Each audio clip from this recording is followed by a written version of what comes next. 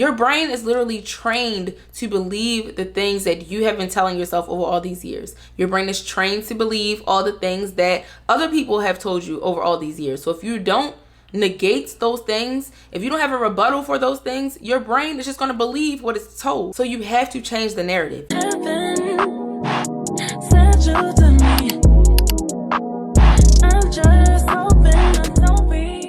Hey girl, welcome or welcome back to my channel. If you are new here, my name is Trinity, and today we are going to be doing part 2 of 25 things we are prioritizing in 2025. In part 1, we did numbers 1 through 12, and in this one we're going to be doing 13 through 25. I wanted to break it up because I didn't want the video to be super long. Someone commented on part 1 and was like, girl, we want the hour-long video, but I just knew that like with the amount of time that I had to get the video out, because there was a sponsor in that video, I did not have time to edit something that would end up being an hour. So that's really why I broke it up. But yes, if you did not see part 1, make sure you watch that. I will link it down below in the description box. You don't have to watch them in order, so you can go watch it after this one. But basically, we are talking about things that we are going to be intentional about in 2025. You do not have to focus on all of these things. This is just a list of 25 ideas. Now, me personally, I am focusing on a good amount of the things on this list. But if you just want to pick a few, feel free to do that. We always talk about goals and like the tangible things that we want to experience and accomplish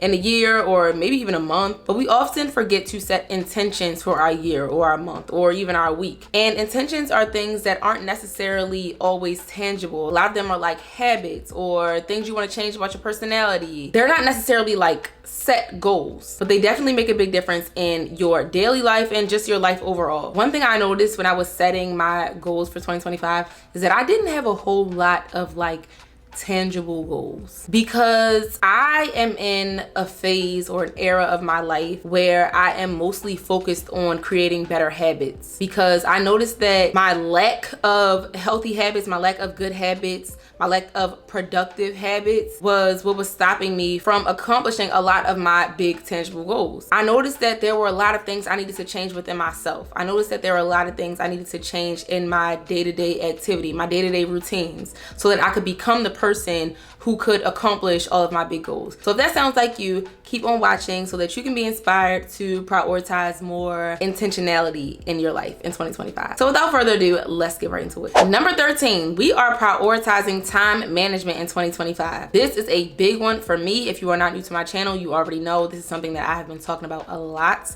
in the last few weeks, maybe even months. But my time management skills have been very poor lately, and that is probably the number one thing that has been holding me back. I get distracted so easily. I allow myself to get distracted so easily, and it prevents me from being productive. I will have a whole list of things I need to get done throughout the day, and I'll end up just scrolling through my phone. Like once I pick up the phone and get on Instagram or TikTok and just start scrolling, I'm going for a long time, and eventually I realize that I'm hours behind schedule. So that is one thing that I am really focused on this year. I have been very intentional about putting timestamps on my to-do list for each day and really sticking to those timestamps. I've been avoiding doom scrolling. I've been avoiding answering my phone when people call during hours where I'm supposed to be being productive. I've been avoiding being on my phone all night. I've been avoiding hitting snooze on my alarm so that I can actually get up early in the morning, because these are all things that allow me to stick to my timestamps and my schedules for each day. I did a Q&A on Instagram the other day, and someone asked me the question, what is one way you've been showing up for yourself lately? And my answer was that for the last couple days, I have been sticking to my schedule every single day and not allowing myself to get distracted. I've been planning well, I've been executing well, and I love that for me. Speaking of time, number 14, we are going to be prioritizing being on time in 2025. A lot of us just know we're going to be late whenever we have somewhere to go. Like we plan to be late. If we have an appointment at 6 o'clock, we tell ourselves we just need to get there by like 6:15. No, I don't know about y'all, but I aspire to be a person who is always on time. I am actually the girl who's known for being late. Now, I'm never like super duper late, and they don't really trip because I'd be like maybe 5 minutes late, sometimes even 2. Like I will text a client and say, hey, I know your appointment's at 9, my ETA is 9:02. And they'd be like, girl, 2 minutes. But I like to give notice when I'm gonna have someone waiting. My mom always told me that having people waiting is like a sign of arrogance. and you're basically telling people that you don't respect their time. You really have to plan for the worst. Like if your job is 30 minutes away, you have to be at work at 7 a.m. Don't leave your house at 6:30. Leave your house at maybe 6:15 just to give yourself a little bit of wiggle room. If you know you're the type of person who's always running behind and you know that you have to be somewhere at 9 a.m., maybe plan to get there by 8:40. That way, realistically, you will get there by 9 a.m. as opposed to 9:15 like you usually do. Like I said, a lot of people don't think it's a big deal that they're always late for stuff, especially if they're not the type of person who's usually 30 minutes late or an hour late. But I really think it's important to respect people's time and really try your best to be on time for whatever the occasion is. Number 15, we are prioritizing less phone time in 2025. This is another thing that I talked about in a recent video. But again, like I mentioned earlier, it's something that has really helped me to be more productive. I noticed that I get distracted by my phone very easily. So I've been doing a lot of different things to help myself to be more productive. If I have to edit a video, especially if I have to do it in a certain amount of time, I will put my phone in a whole different room so that I'm not tempted to get on Instagram or TikTok, Facebook, whatever, YouTube. I do it so that I'm not tempted to respond to texts as soon as they come in. I don't want to answer my phone if someone calls me, because all those things will put me behind schedule. Not only am I keeping my phone in a different room whenever I have things that require me to stay focused and stay on task, but I'm also giving myself a cutoff time at night. So I have been really trying to be off of my phone by 10 o'clock p.m., especially because I have changed my morning routine and started waking up earlier. You have to set yourself up for success when it comes to waking up early.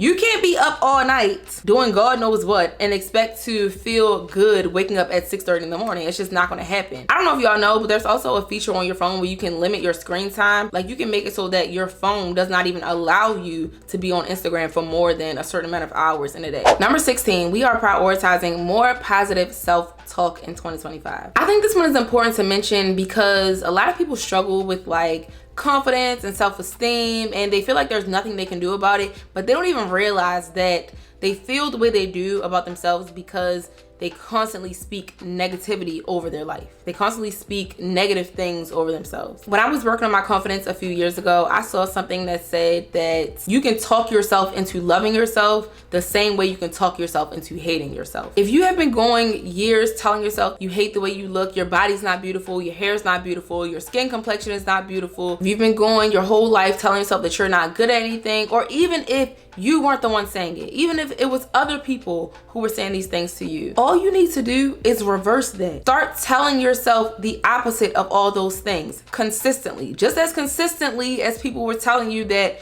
you weren't worth anything or that you weren't pretty. You have to train your brain to think the opposite. Your brain is literally trained to believe the things that you have been telling yourself over all these years. Your brain is trained to believe all the things that other people have told you over all these years. So if you don't negate those things, if you don't have a rebuttal for those things, your brain is just going to believe what it's told. So you have to change the narrative. You have to tell yourself that you are beautiful, and you have to do it consistently. You have to tell yourself that you are good at things. You have to do that consistently. You have to speak positive affirmations over yourself if no one else is going to do it, because all it takes is feeding your brain something different. Number 17, we are prioritizing personal growth overall in 2025. Now, personal growth is really a collective of all the things that I am mentioning in this video and in part 1. It's the development of new skills, behaviors, actions, attitudes, habits, and reactions to benefit certain aspects of your life. I felt the need to make this one its own because, like I said at the beginning of this video, personal growth is really the theme of my 2025. Like I said, I'm not necessarily focused on too many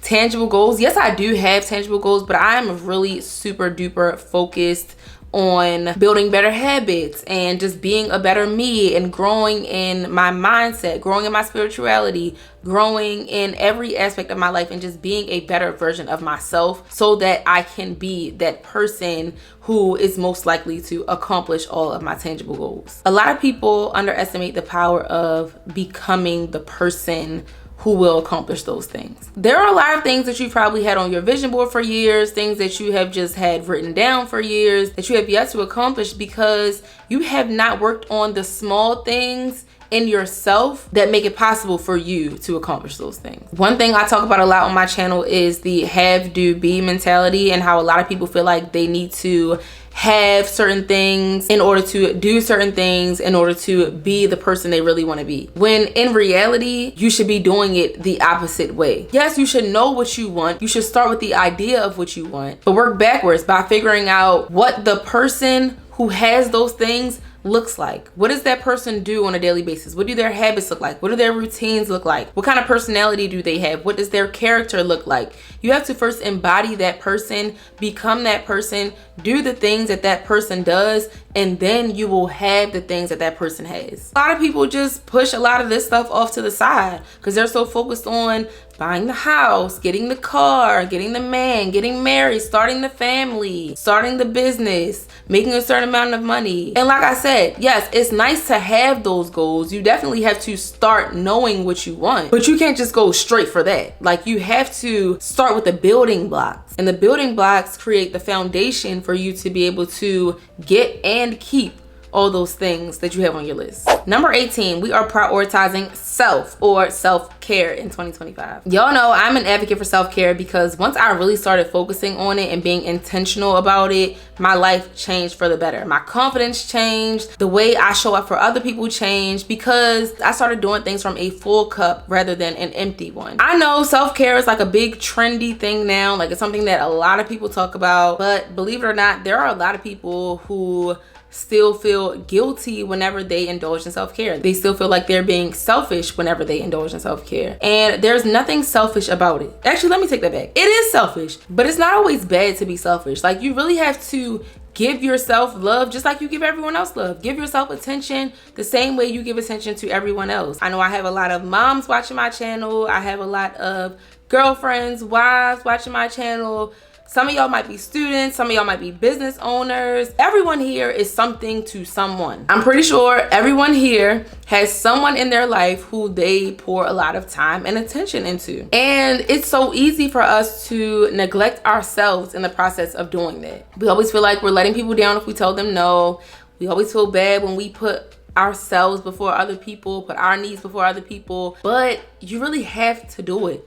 At some point, you have to start doing it because you're going to be miserable showing up for everyone else if you do not do it from a full cup. If you are showing up empty for everyone else, they're going to see that. They're going to notice that. Now, there are some people who are selfish to the point where they won't even care that you're empty pouring out to them or trying to pour out into them. And those people are people who don't deserve you in their lives. We are prioritizing rest in 2025. No more hustle culture. No more feeling like we have to be doing something every second of the day. You deserve rest. I don't care what your goals are. I don't care how much you aspire to accomplish this year. You deserve rest. And that does not mean you need to ignore everything on your to-do list at any point. No. It means that when you are sitting down, planning out what you're going to do each day or planning out what you're going to do throughout the week, you need to be penciling in time for you to do nothing, time for you to just rest, time for you to just be. I changed my off days because for those of y'all who don't know, I am a lash tech, so I can control my schedule. I changed my off days and I also changed my hours on the days that I work. I've been feeling so much better on days that I go to work because I have been putting in enough time for me to be able to decompress before going into mommy mode after work. I used to have my schedule open to where a lot of the time I will be getting off in just enough time for me to go get Jax. And I realized that my schedule did not have to be open for the whole entire day, every day that I work. And I also realized that I was very restless and feeling like I was all over the place because I didn't really have enough time allotted for all the things that I really needed to do. I had Monday scheduled as my filming day. Monday is my filming day. A lot of the time I'm editing on Monday because I don't have a specific day to edit. I kind of just did it whenever I could. On other days I was kind of just winging it. But now I literally have set days for everything. And I also have days where I am restricted from doing certain things. Like now I've made it so that on Sundays, I'm not doing anything work related. I'm not doing any filming. I'm not doing any editing. If I do film, it's going to be like if I'm filming for like a vlog or something like that, but I'm not doing any sit down video filming. That is my day to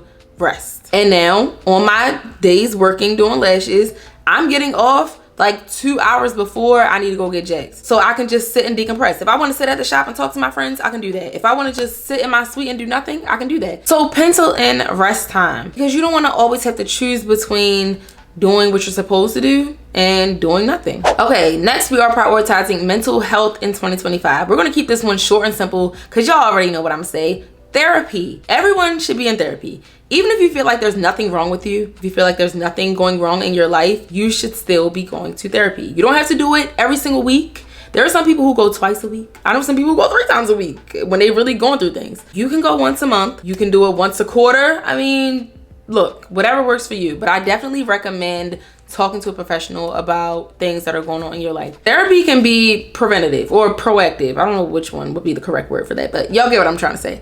You don't always have to wait until something is wrong for you to talk to someone about something. I used to do that often with my therapist, which is why I got to the point where whenever something happened, I was calling her like, I need an appointment today. When you are being proactive with therapy and you're going before things are wrong, your therapist provides you with the tools that you will need when problems arise. That way you won't be all frantic and anxious whenever something happens. Therapy will help you to understand yourself, because there may be things within you that need to change that you don't even realize are not really favorable traits. Your therapist will see things in you that your friends may not see, things that your family members may not see. And I remember talking to someone before who was like, I don't want to go to therapy because I don't want to find out that something is wrong with me. And it's not necessarily about finding out that something is wrong with you. It's just about becoming better. Like I said, we are prioritizing personal growth, becoming better in every aspect of our lives. And that's just a part of it. You can't change things that you don't know about. Number 21, I'm adding this one because this is a personal one for me. I'm prioritizing reading in 2025. It's something that I started last year in 2024 and I did not finish it, and I'm actually very upset with myself because it's something that I actually did enjoy. One of my goals in 2024 was to read more, or I guess start reading, because I couldn't tell you the last time I read a book before 2024, to be completely honest. And not only did I want to start reading, but I wanted to read like fiction books. I wanted to read stuff just for pleasure. Whenever I read books before last year, they were really like self-help books or like personal development type stuff, and I wanted to just read for pleasure. So I started reading fiction books and I was obsessed. Okay, I started in January. I read a book in January, I read a book in February, and I think I read one in March. But I enjoyed every single one of them. Like when I tell y'all, I was finishing these books in like 2 days, but then I stopped making time for it because I realized that I had to actually set aside time to do it, or I had to be very intentional about reading. So I fell off. But one of my goals for 2025 is to get back on it, because like I said, I really enjoyed it.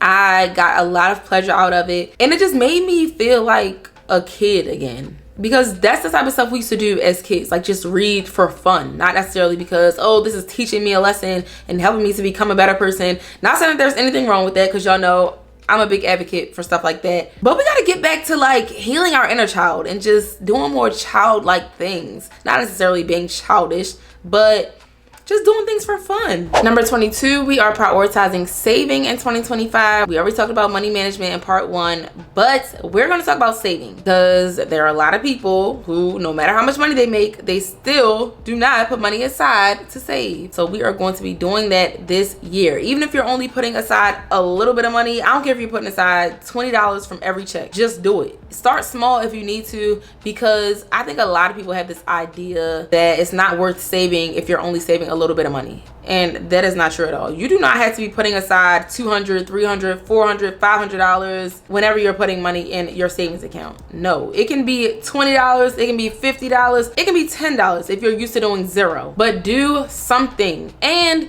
it's also important to note that you do not have to end the year with $5,000 saved. You don't have to end the year with $10,000 saved. Like, that does not have to be your goal, especially if you aren't used to saving anything. Maybe your goal just needs to be $500. Look, $500 is better than nothing. And let me also say this, I've said this quite a few times on my channel, so some of y'all already know what's coming. Get a high yield savings account, because you will gain way more interest on your money than if it's just sitting in a regular savings account. I love my high yield savings because it's not connected to my checking accounts, and I can't just transfer money within seconds and have it within seconds. So one, my money is growing. That's one thing that prevents me from pulling from the account all the time. And two, I can't get the money right away whenever I want to transfer. So most of the time I just be like, okay, it don't even matter. Like, it's pointless. I might as well not even touch it. If you have a regular savings account and it's connected to your checking and you're seeing that every time you go in to look at your accounts, you're just gonna be transferring money. But now, like I said, it's kind of like out of sight, out of mind. They also have this little box. I saw someone post this on Instagram. There's some little box that they sell on TikTok Shop, but also Amazon. I found it on Amazon because I don't be feeling like waiting 2 weeks for stuff to come from TikTok Shop. But you just put cash in there, and you can only get the cash out if you beat on a box and break it with a hammer. And a lot of people have saved a few $1,000s using that. So if y'all don't want to put your money in an account, then definitely get that box. I'll link it down below in the description. Number 23, this is another one that I've been talking about a lot, but we are prioritizing routines in 2025. Routines are so important because you need consistency when you're trying to become a certain person or accomplish certain things. And routines help you to build structure. If you don't have any structure, you will not accomplish your goals. Well, actually, let me not say that, because you may accomplish some things, but you won't be consistent with keeping up with those things. I noticed that I was accomplishing goals. I was knocking stuff off my list, but I wasn't able to be consistent, and I wasn't able to maintain